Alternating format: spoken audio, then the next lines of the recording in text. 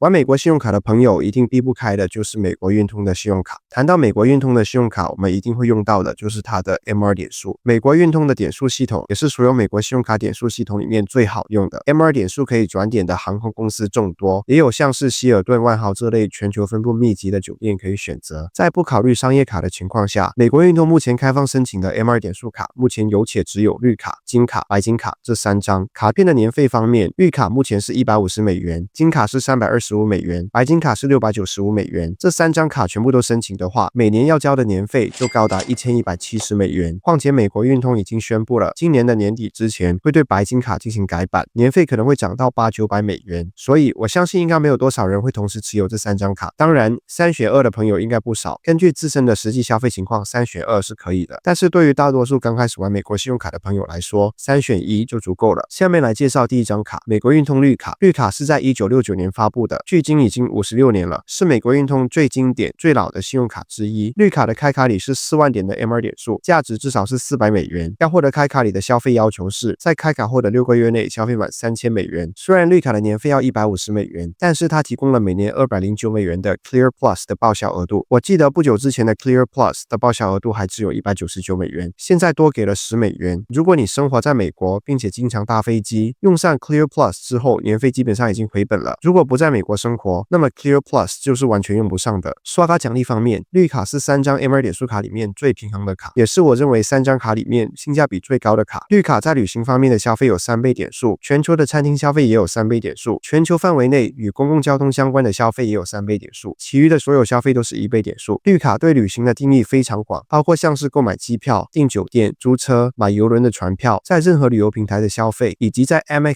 Travel 里面任何的消费都算是旅行相关的消费。公共交通的定义同样也非常广，包括像是购买火车票、地铁票、巴士、的士、渡轮、汽车的停车费、过路费，这些都是属于美国运通认定的公共交通消费，都可以拿到3倍点数。餐饮消费方面，全球的餐厅都适用，美国国内的外卖消费也算是餐饮消费。虽然绿卡的刷卡奖励是3张 MR 点数卡里面最平衡的，但是绿卡的定位主要还是公共交通，因为金卡和白金卡在这方面只有1倍点数，而绿卡是3倍。这里我也想重点和大家分享一下绿卡在公共交通方面的优势。在美国生活的朋友不必多说，无论你是开车上下班，还是乘坐公共交通工具上下班，只要有支付交通运输的费用，一整年下来，绿卡都能帮你积累不少点数。哪怕不在美国生活，只要你当地的地铁或者巴士接受美国运通的信用卡，使用绿卡来支付也一样有3倍点数。比如台湾的话，我的频道有不少台湾的观众朋友，像是高雄的捷运就可以使用美国运通卡来入闸，新北的轻轨也可以使用美国运通卡刷卡进站，可以拿到3倍点数。唯独台北的捷运目前好像还没有支援美国运通卡。中国大陆的话，据我所知，北京地铁、上海地铁、成都地铁都是可以用美国运通卡来刷卡入闸的。如果有观众朋友在这几个城市生活的话，欢迎大家分享一下自己的刷卡体验。新加坡的话则是最全面的，巴士和地鐵都收美國運通卡。至於香港嘅話，綠卡喺香港嘅表現會差啲，港鐵係唔支持美國運通卡入站，目前只有天星小輪、叮叮車、九巴係接受美國運通卡，用途非常之有限，所以除非你覺得少咗交通呢一忽嘅獎勵都冇所謂，喺餐廳食飯、訂機票、住酒店都可以攞3倍積分都 OK， 否則我個人唔係好推薦香港嘅朋友申請綠卡。至於保險方面，綠卡自帶旅行延誤的保險，如果使用綠卡來購買任意的往返機票，並且飛機延誤超過12個小時造成我們損失，那麼美國運通就會向我們報銷最多300美元，每12個月最多賠償2次。還有一項行李保險，在我們乘坐交通工具的時候，無論是飛機還是輪船還是長途汽車，只要我們是用綠卡來購買的機票、船票、車票，當我們的行李被盜、丟失，美國運通就會報銷我們的損失。隨身背包的報銷上限是1250美元，托運行李的報銷上限是500美元。還有一項購物保險，當我們使用綠卡來購物，如果東西在90天之內發生損壞、丟失，美國運通都會給我們報銷物品的全額，單件物品的上限是1000美元，每年報銷上限是5萬美元。還有最後一項是租車保險，我們租車的時候，租車公司一般已經提供了保險，所以這一項保險相對沒有那麼大的作用，我也不詳細介紹。美國運通的3張 MR 點數卡都沒有海外交易手續費，可以在全球認刷。在介紹金卡之前，我需要先介紹一下美國運通信用卡對開卡禮的特殊規則。美國運通規定，除了希爾頓系列的信用卡之外，對於任何一個系列的信用卡而言，只要我們拿了這個系列裡面高階卡片的開卡禮之後，再回過頭申請低階卡片的時候，就不會有低階卡片的開卡禮。綠卡、金卡和白金卡就是同一個系列的，金卡比綠卡高一級，白金卡又比金卡高一級。假設我們先申請了金卡，之後再申請綠卡的時候，就不會再有開卡禮了。假設我們先申請了白金卡，跳過綠卡和金金卡，那么之后我们申请绿卡、金卡的时候也不会再有开卡礼。我用4个字总结这一条规则，就是有高无低。有了高阶卡片的开卡礼，就没有低阶卡片的开卡礼。想要把所有的卡片的开卡礼都拿到手，就只能从低阶卡片开始申请，先申请绿卡，再申请金卡，然后最后再申请白金卡。各位观众朋友了解这条规则之后，我就开始介绍金卡的情况。金卡也是所有美国信用卡里面最老的一张卡，发布的时间是1966年，比绿卡还要早3年。金卡在当年相当于现在黑卡的存在，当时只有全美国最有钱的人才能申请。不过到了今时今日，金卡基本上没有申请门槛，只要不是信用记录太差，想申请的话，美国运通一般都会批卡。先讲结论，金卡对生活在美国的朋友来说，也是一张非常值得申请的信用卡。年费不但可以轻松回本，还能给你带来不少的收益。但是如果你不是生活在美国，那么就不建议申请这张卡，因为想要回本的难度不小，除非你能像我一样充分利用 referral bonus、additional card offer 和 retention offer 来抵消年费的成本。作为一名跨国的美国信用卡玩家，影片的后半部分我也会介绍我是怎么应对金卡的年费的。金卡的年费是325美元，是一张金属卡，开卡礼是6万到10万 MR 点数不等。在制作影片的时候，美国运通官网展示的开卡礼最高就是10万的 MR 点数，价值至少是1000美元。注意，美国运通的表述是 as high as， 并不是一定给10万点数。当我们点进去申请，美国运通审核我们的资料之后，具体会给多少开卡礼，完全就要看人品。如果你的信用记录不错，而且最近没有申请什么新的信用卡，美国运通一般都会给9万到10万的 MR 点数的开卡礼。如果你的信用记录不太行，或者信用分太低，美国运通也可能会批卡给你，但是不给任何的开卡礼。这个时候就不应该点击接受卡片。我的建议就是，如果你点击申请卡片之后，发现美国运通给的开卡礼低于9万的 MR 点数，这个时候就不应该申请金卡。如果你是在未来看到这支影片，官网给的最高10万 MR 点数的开卡礼已经没有了，那么可以看一下我的邀请链接，给的开卡礼是多少。我把绿卡、金卡、白金卡的邀请链接都放在了影片的描述栏内。邀请链接的开卡礼也是随机的，无论美国运通给的开卡礼是6万点、9万点还是10万点，想要真正获得开卡礼的消费要求都是在开卡后的6个月内消费满6000美元，平均到每个月的话就是要消费1000美元。所以大家在申请卡片之前，一定要评估自己能不能完成它的消费要求。金卡的开卡礼就讲这么多，接下来介绍的是金卡的一些报销的项目。美国运通宣称金卡每年提供的报销价值可以高达500美元，但是我并不这么认为，因为如果要把所有的报销都用上的话，需要耗费我们不少的时间和精力。如果是在美国的朋友，每年用上200-300美元，那么问题不大。但是如果各位像我一样是跨国的美国信用卡玩家，能用上100美元的话，已经非常了不起了。我们一项一项来看，金卡每年提供120美元的 Uber 的报销额度，120美元是拆分成12个月发放，每个月10美元。只要我们把卡片绑定到 Uber 的 App 里面，每个月都会发放。Uber 的报销可以用在 Uber 的打车上，也可以用在 Uber Eats 点外卖。当月的报销不会累积到下一个月，当月未使用的话就会过期。只有美国国内的 Uber 才能报销，海外的 Uber 不算。接下来是84美元的 Dunkin 的报销，84美元也是拆分成12个月，每个月7美元。当月的报销同样也是不会累积到下一个月。如果你家附近没有 Dunkin 的门店，那么可以每个月在 Dunkin 的 App 里面增值7美元，到时候去到大城市的时候看到 Dunkin 的门店就能使用。Dunkin 也是只有美国国内的门店才能报销。还有120美元的指定餐厅的报销，120美元也是拆分成12个月，每个月10美元。所谓指定的餐厅，也就是 Cheesecake Factory、Gold Valley、Wine.com、Five Guys、Grubhub， 只有美国本土的门店才能报销。还有100美元的 Razzie 的报销，100美元是拆分成上半年和下半年各50美元。Razzie 餐厅的报销也是只有美国国内才算。还有100美元的 Hotel Collection 酒店内的消费额度，这是唯一全球适用的报销。Hotel Collection 是美国运通认定的精选酒店，比如特定地区的 Hilton、Conrad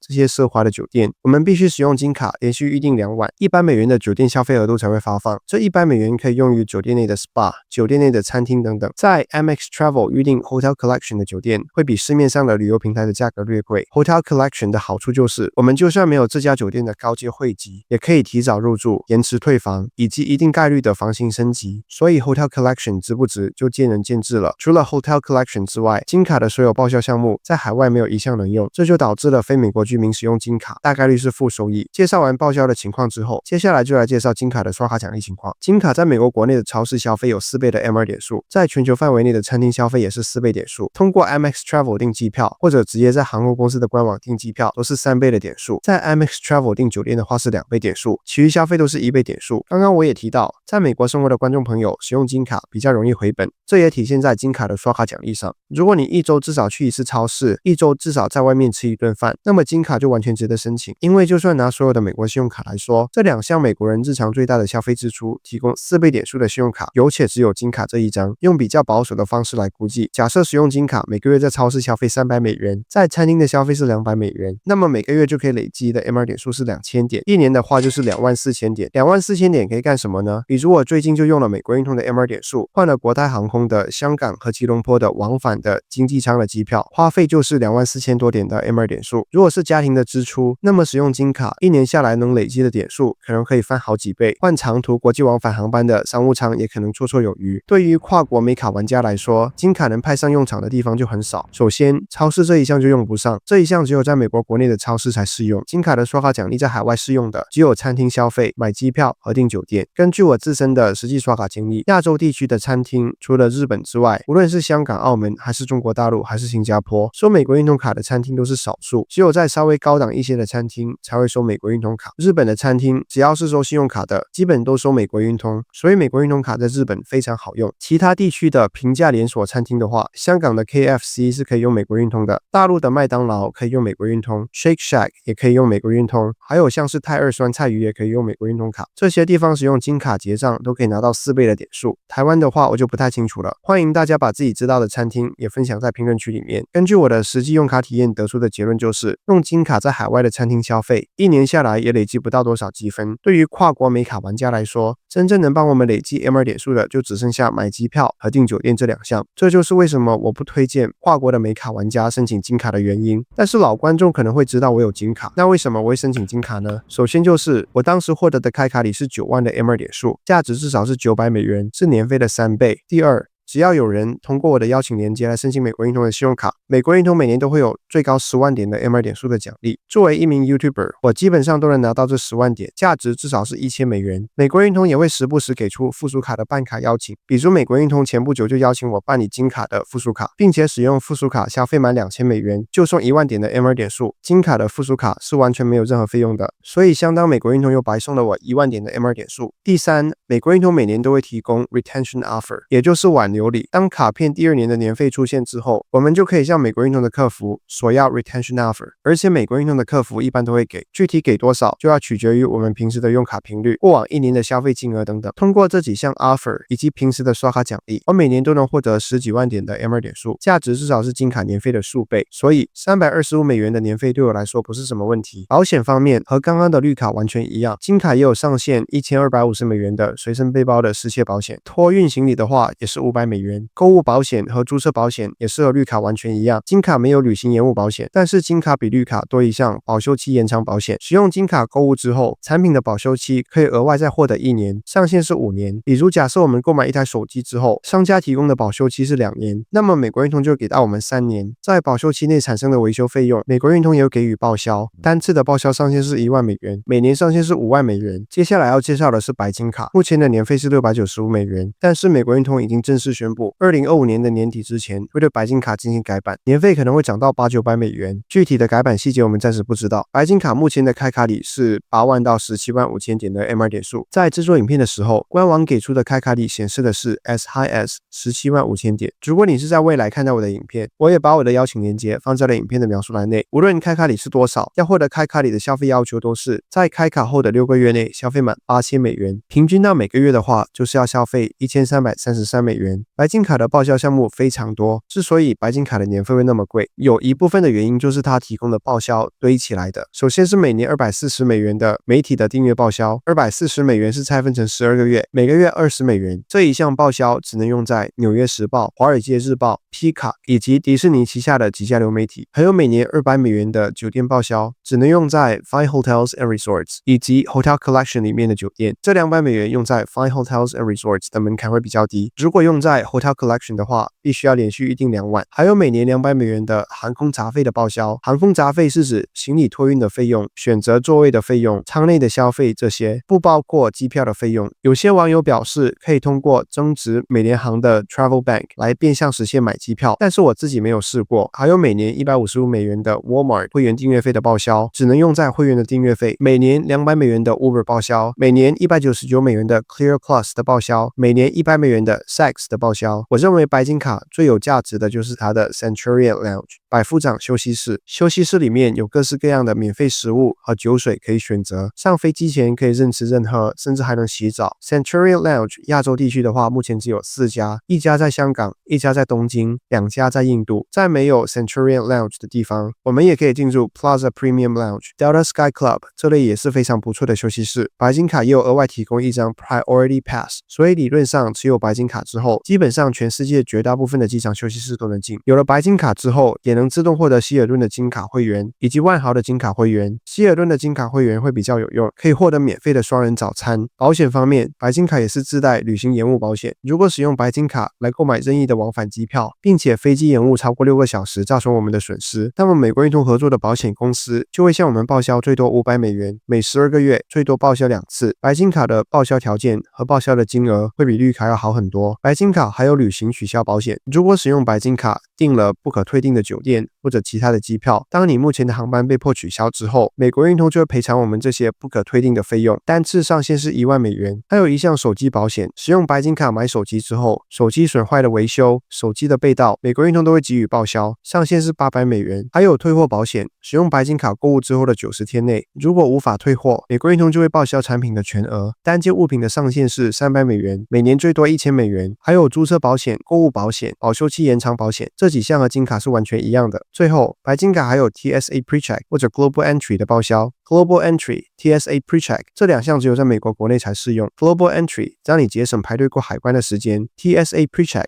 可以让你在不脱鞋、不脱下皮带、不拿出随身行李物品的情况下过安检。Global Entry 是每4年报销120美元， TSA PreCheck 的话是每隔4年半报销85美元。白金卡在 Amex Travel 订酒店和机票都是5倍的点数，其余的任何消费都是1倍点数。3张卡都介绍完了，经过我的介绍，大家对这3张卡应该也非常了解了。对于大多数在美国生活的观众朋友来说，绿卡和金卡都是非常值得申请的，而白金卡只适合经常坐飞机的商旅人士申请。对于常年不在美国生活的观众朋友来说，绿卡是可以申请的，毕竟它的各项刷卡奖励都是全世界都适用。绿卡的开卡礼价值也相当于3年的年费，而金卡对于跨国美国信用卡玩家来说就很难回本了。金卡的各项报销项目海外都无法适用，刷卡奖励也只有部分适用，白金卡的回本更难，所以这2张卡都不太建议申请。非要申请的话也不是不行，每年10万点数的邀请他人办卡的奖励要拿到，每年的 retention offer 也要拿到，这样才能回本。3张卡的邀请链接我都放在了影片的描述栏内。由于我的频道是一个小频道，各位观众朋友的留言我都会看，有任何疑问的观众朋友都可以在评论区留言，我都会一一回复。感谢观看。